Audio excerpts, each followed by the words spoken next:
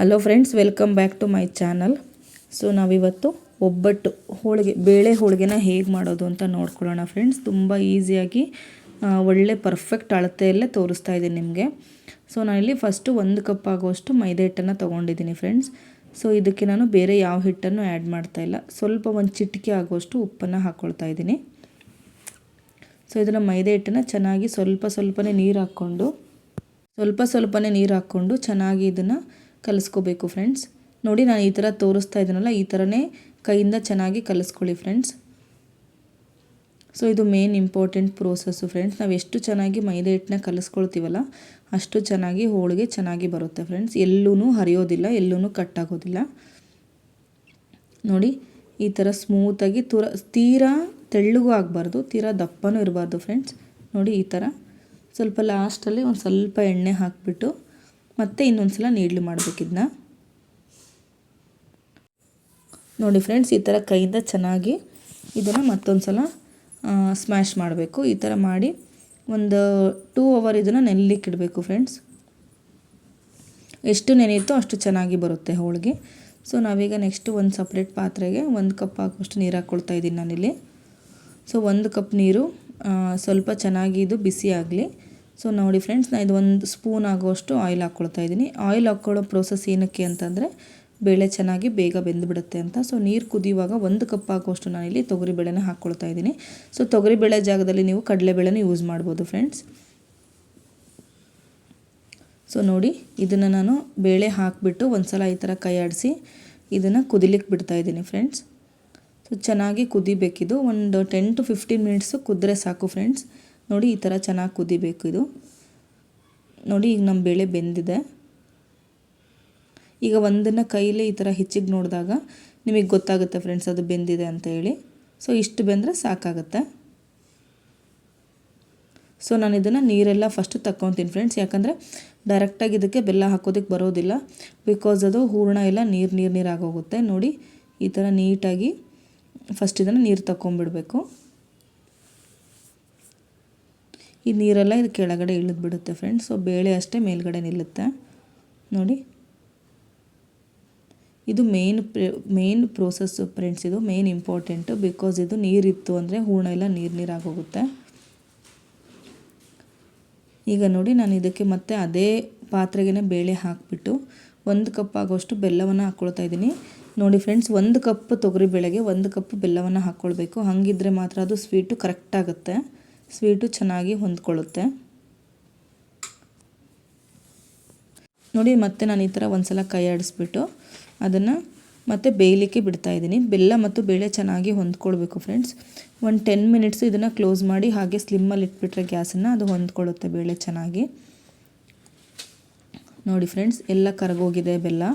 So ಬೇಳೆಗೂ ಚೆನ್ನಾಗಿ ಹೀರ್ಕೊಂಡಿದೆ ಅದು, ನೋಡ್ತಾ ಇದ್ದೀರಲ್ಲ. ನೋಡಿ ಎಷ್ಟು ಚೆನ್ನಾಗಿ ಎರಡು ಮಿಕ್ಸ್ ಆಗಿದೆ ಅಂತ ಹೇಳಿ.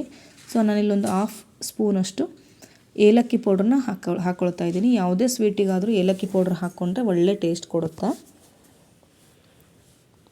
ನೋಡಿ, ಇನ್ನೊಂದು ಸಲ ಚೆನ್ನಾಗಿ ಎಲ್ಲ ಕಡೆ ನಾನು ಮಿಕ್ಸ್ ಮಾಡ್ತಾ ಇದ್ದೀನಿ.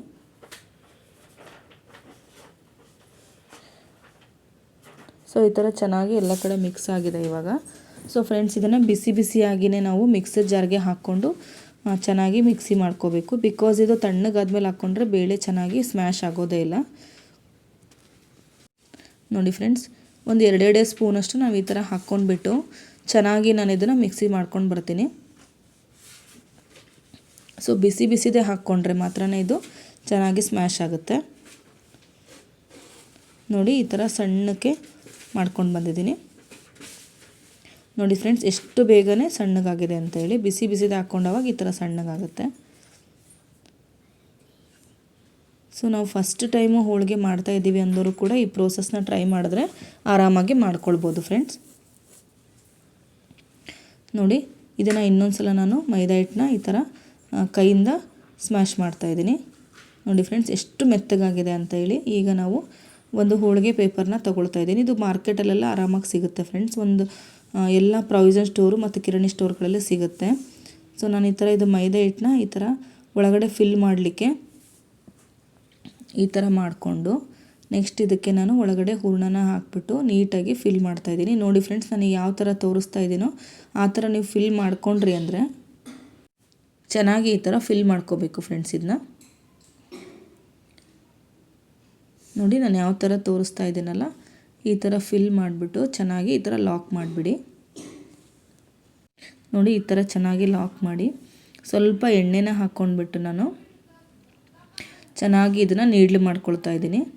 ನೋಡಿ ಫ್ರೆಂಡ್ಸ್, ನೀವು ಯಾವ ಥರ ಬೇಕಿದ್ರೂ ಇದನ್ನು ನೀಡ್ಲಿ ಮಾಡ್ಕೋಬೋದು. ಒಂದು ಸ್ವಲ್ಪನೂ ಹೋಳಿಗೆ ಎಲ್ಲೂ ಕಟ್ಟಾಗಲ್ಲ, ಪ್ಲಸ್ ಎಲ್ಲೂ ಹರಿಯೋದಿಲ್ಲ. ನೀವು ಎಷ್ಟು ತೆಳ್ಳಗೆ ಬೇಕೋ ಅಷ್ಟು ತೆಳ್ಳಗೆ ಲಟ್ಟಿಸ್ಕೋಬೋದು ಫ್ರೆಂಡ್ಸ್ ನಾವು ಇದನ್ನ. ಸೊ ಪರ್ಫೆಕ್ಟ್ ಅಳತೆಯಲ್ಲಿ ಬೇಳೆ ಮತ್ತು ಬೆಲ್ಲ ಮೈದಾ ಹಿಟ್ಟನ್ನು ತೊಗೊಂಡ್ವಿ ಅಂತಂದರೆ ಚೆನ್ನಾಗಿ ಬರುತ್ತೆ. ಸೊ ಭಟ್ರು ಮಾಡ್ತಾರಲ್ಲ ಆ ಥರನೇ ಇದು ರೆಡಿ ಆಗುತ್ತೆ ಹೋಳಿಗೆ. ಆರಾಮಾಗಿ ಈಸಿಯಾಗಿ ಬೇಗನೆ ಮಾಡ್ಕೊಂಬಿಡ್ಬೋದು ಫ್ರೆಂಡ್ಸ್ ಇದನ್ನ ಮನೇಲೇ. ನೋಡಿ, ನಾನು ಎಷ್ಟು ತೆಳ್ಳಗೆ ಲಟ್ಸಿದ್ರೂ ಎಲ್ಲೂ ಹೋಳಿಗೆ ಕಟ್ಟಾಗ್ತಾಯಿಲ್ಲ. ಸೊ ನಾನಿಲ್ಲಿ ಒಂದು ನಾನ್ ಸ್ಟಿಕ್ ಹಂಚಲ್ಲಿ ಸ್ವಲ್ಪ ಆಯಿಲ್ ಹಾಕ್ಕೊಳ್ತಾ ಇದ್ದೀನಿ ಫ್ರೆಂಡ್ಸ್.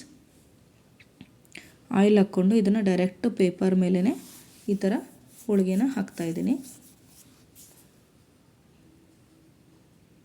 ನೋಡಿ ಫ್ರೆಂಡ್ಸ್, ಎಲ್ಲೂ ಹೋಳಿಗೆ ಕಟ್ಟಾಗಿಲ್ಲ, ಎಷ್ಟು ಚೆನ್ನಾಗಿ ಬಂದಿದೆ ಅಂತ ಹೇಳಿ.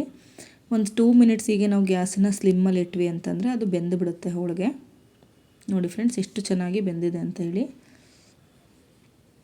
ನೋಡಿ ಎಷ್ಟು ಚೆನ್ನಾಗಿ ಪೂರಿ ಥರ ಉಬ್ತಾ ಇದೆ ಹೋಳಿಗೆ. ಸೊ ಈ ಥರ ಪೂರಿ ಥರ ಉಬ್ಬಿ ಉಬ್ಬಿ ಬರಬೇಕು ಹೋಳಿಗೆ ಅಂತಂದ್ರೇ ಕರೆಕ್ಟಾಗಿ ನಾವು ಮೈದಾ ಹಿಟ್ಟನ್ನು ನಾನು ತೋರಿಸಿದ ಪ್ರೋಸೆಸ್ಸಲ್ಲೇ ಕಲಿಸ್ಕೋಬೇಕು ಫ್ರೆಂಡ್ಸ್. ನೋಡಿ ಹೋಳಿಗೆ ಎಷ್ಟು ಚೆನ್ನಾಗಿ ರೆಡಿಯಾಗಿದೆ ಅಂತ ಹೇಳಿ. ಸೊ ಫ್ರೆಂಡ್ಸ್, ನೀವು ನಮ್ಮ ಚಾನಲ್ನ ಸಬ್ಸ್ಕ್ರೈಬ್ ಆಗಿಲ್ಲ ಅಂದರೆ ಸಬ್ಸ್ಕ್ರೈಬ್ ಮಾಡಿ, ಲೈಕ್ ಮಾಡಿ, ಈ ವಿಡಿಯೋನ ನಿಮ್ಮ ಫ್ರೆಂಡ್ಸ್ ಮತ್ತು ಫ್ಯಾಮಿಲಿ ಮೆಂಬರ್ಸ್ಗೆಲ್ಲ ಶೇರ್ ಮಾಡಿ ಫ್ರೆಂಡ್ಸ್. Thank you.